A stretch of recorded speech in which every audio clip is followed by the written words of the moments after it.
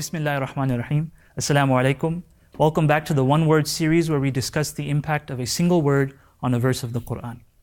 In Surah Al-Baqarah, Allah talks about the patient people.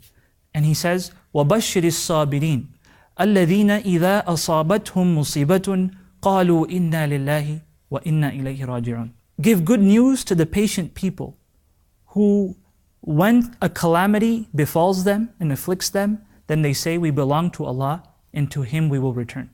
And so the word I like to focus on in this verse is the word Mussebah. Mussebah is usually translated as calamity. But the thing about Mussebah is it has some history with the Arabs. The Arabs used to use the word Mussebah when it came to an arrow hitting its mark.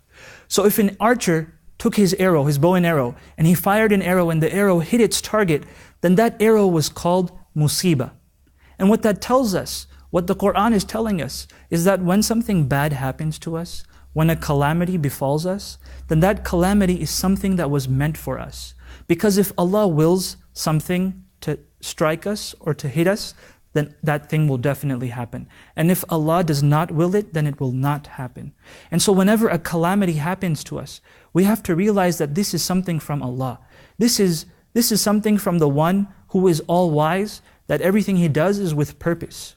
And if we realize that, then what we will realize is that whenever something happens to us, we'll be able to look at it and realize that it has a purpose behind it.